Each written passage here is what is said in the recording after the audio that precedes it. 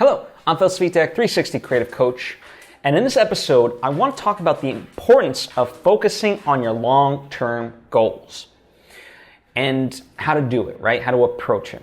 Now, before I fully get into things, I would like to take the opportunity to invite you to subscribe.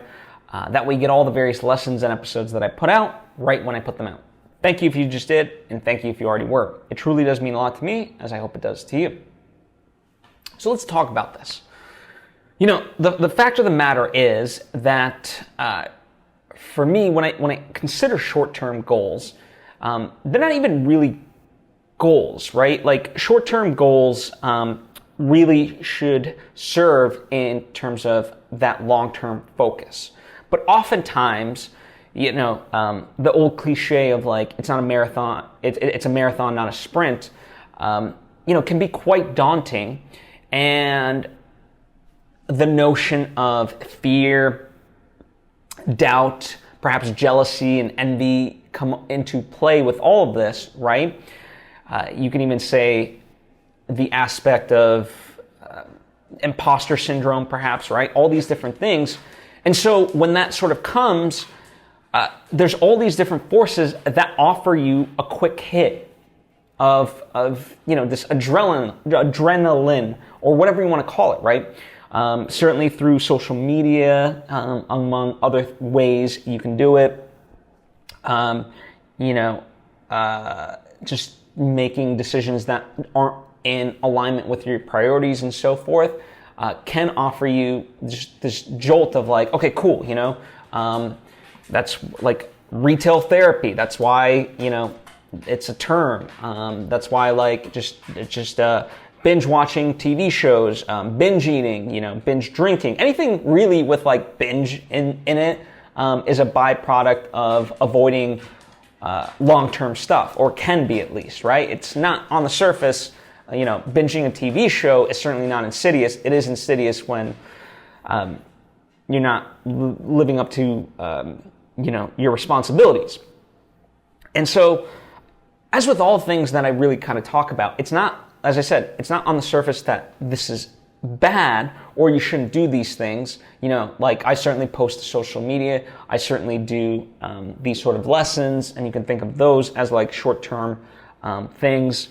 But for me, I always have to check myself to make sure, like, whenever I post something on social media or whenever I'm doing something, that regardless if all of a sudden it starts getting a lot of comments or it starts getting a lot of likes, that I remain focused on my long-term goal. Because ultimately, that sort of stuff is not going to be the longevity of your career.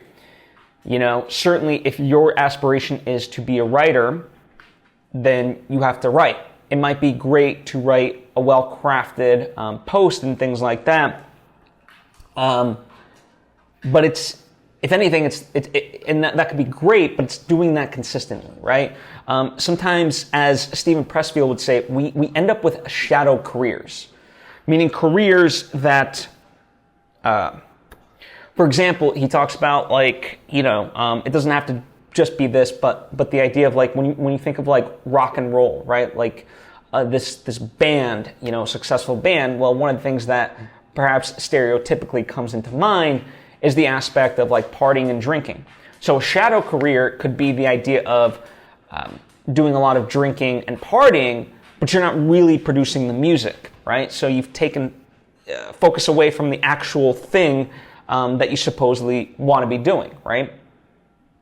So that's, when I talk about the idea of long-term goals, that's what we have to be mindful of so we don't enter these shadow careers looking to just get this quick fix of adrenaline, or this so-called high, right? It doesn't have to be an actual like drug high, but just this mental high of whatever else it may be, of just engagement to make us feel good in the moment. But really, again, just look at your life and what do you want to be? Do you want to be an actor? Do you want to be a writer?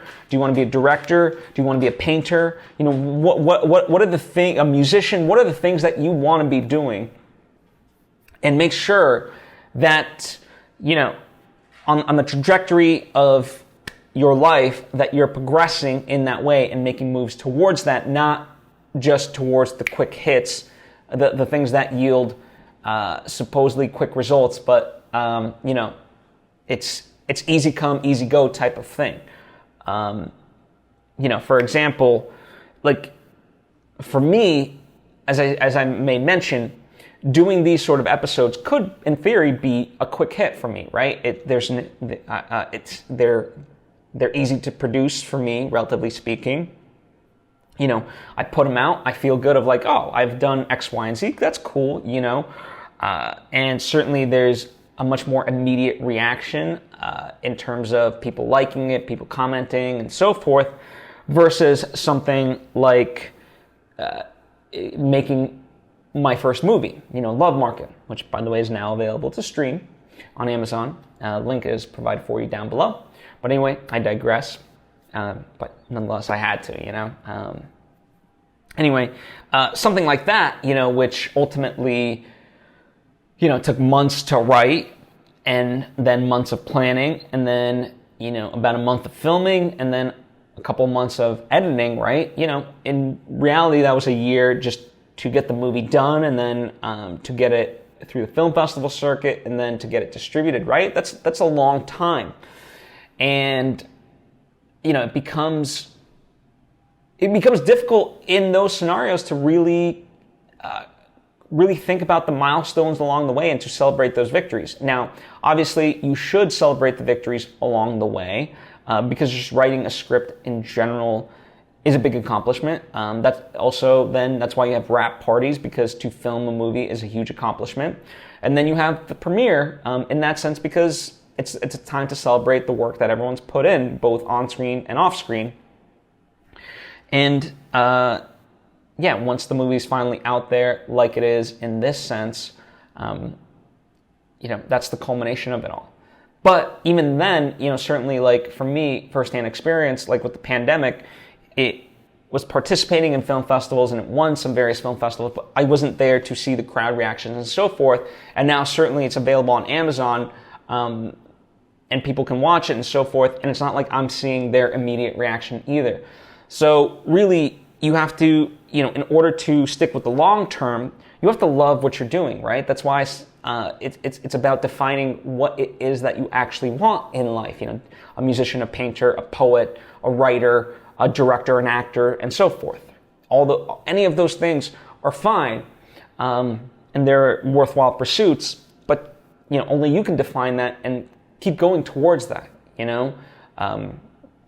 And yes, it doesn't mean like, listen. At the same time, one of the frustrations that comes up for a lot of people is like, oh, I really, I want to be an actor, but I'm not doing it full time, and I got to get to that point where I'm doing it full time. It's like, listen, just find ways to do it. I love filmmaking, and it's certainly not my full-time job, but I find ways to do it, on the side, and where it's meaningful to me, and so forth. And who knows, it might never be my full-time job to be a film director, but that's okay, The fact that I can scratch that itch, that to me is worth it, and I could, put out something into the world that I'm proud of, and it features the talents of people that I know, that to me is enough.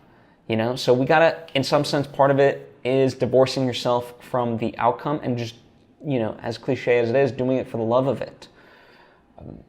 And because I promise you, if you just continue doing it, it will resonate with people. I mean, this is kind of a tangential thing, and I don't want to spend too much time on it, but the fact that there are 8 billion people in the world, I don't care if you have 200 million, 300, 500 million followers on whatever platform.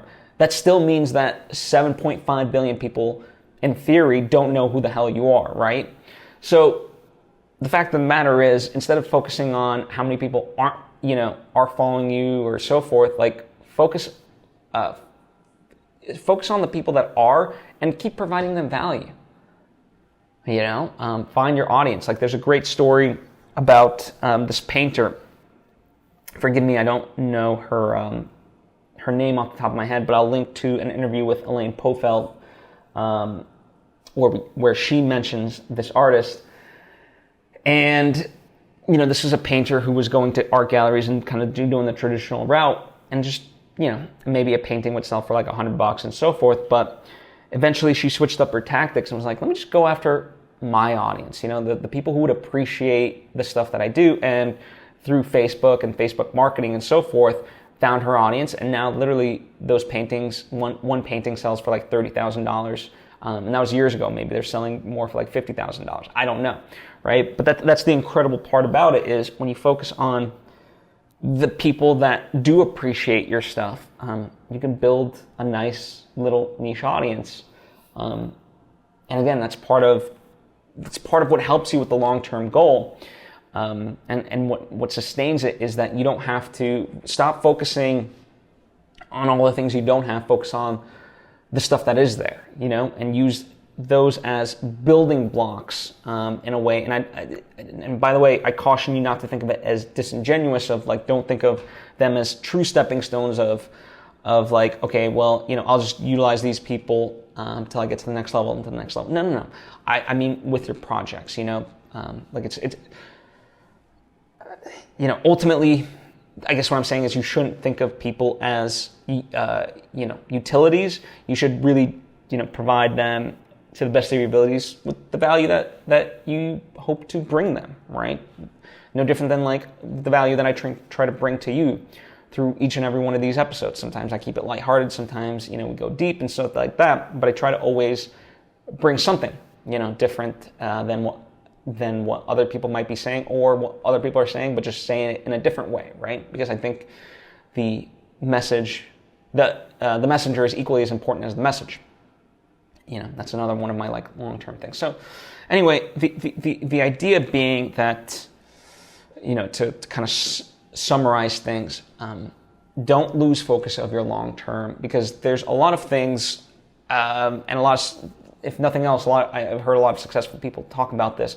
There's a lot of things that are going to be on the road pulling at you to get you off that road. And I've certainly experienced it in my own life in various capacities where, it's like, ooh, this sounds really good and this could be a quick short-term hit and so forth. But it's like, will it, as cliche as it might sound, will it fulfill your soul? And if the answer is no, then, stick to what you're doing, or maybe, and it's not to say you can't do these things. Like if an opportunity comes along, like for example, there's a friend that I have, he really wants to host, but now he's doing a job within producing. And I said, this actually does fit your long-term goal when you really sit back, because you're learning the producing aspect of it, and that will make you a better host. And at first he didn't believe me, but now 6 months into it, he's like, I see what you were saying, and so forth. And, it's not a job that he'll have forever, but for, certainly at least a year, certainly I imagine probably 2 years, maybe 3, it will continue to bring him value. And so, it's not a step backwards when it fits into the larger whole, but, you have to kind of make that determination for yourself, right? So all in all, just always give pause to things. Don't do them just because, it's an adrenaline rush or a quick fix. Do it because you thought about it and it makes sense to you and aligns with your priorities, right? That's the message of this episode. Thank you for joining me. Thank you for listening. As always, if you have any questions, comment down below or hit me up on social media at Svitek, and let's have a dialogue. I certainly would love to hear your thoughts on things from that perspective. Anyway, thank you. I appreciate you. I hope to see you next time.